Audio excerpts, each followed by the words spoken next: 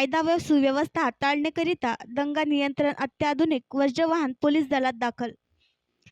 कायदा व सुव्यवस्था बाधित राखण्यासाठी पोलीस दल नेहमी सतर्क असते। त्यासाठी विविध उपाययोजना जसे दंगा काबू योजना, मॉक ड्रिल, रूट मार्च इत्यादी असे विविध उपाययोजना राबविल्या जातात। आजच्या अत्याधुनिक युगात पोलीस विभागात सुद्धा वेगवेगळे बदल करण्यात आले आहेत।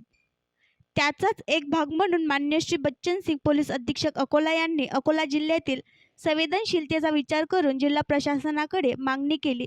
प्रशासनाने DPDC फंडामधून सदरचे दंगल नियंत्रण वज्रवाहन पोलीस विभागाकरिता उपलब्ध करून दिले।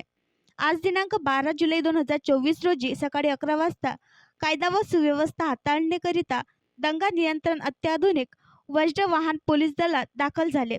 त्याचे उद्घाटन माननीय श्री बच्चन सिंग पोलीस अधीक्षक अकोला यांच्या हस्ते पोलीस अधीक्षक कार्यालय येथे करण्यात आले।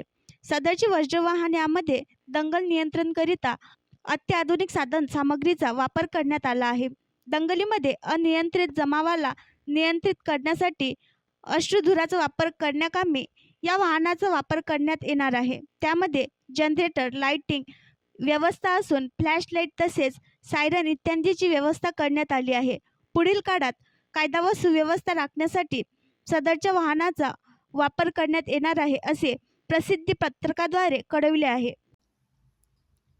आणखी नवीन व्हिडिओ पाहण्यासाठी आमच्या देशमुख एक्सप्रेस न्यूज चॅनलला सबस्क्राईब करा, लाईक करा आणि शेअर करा।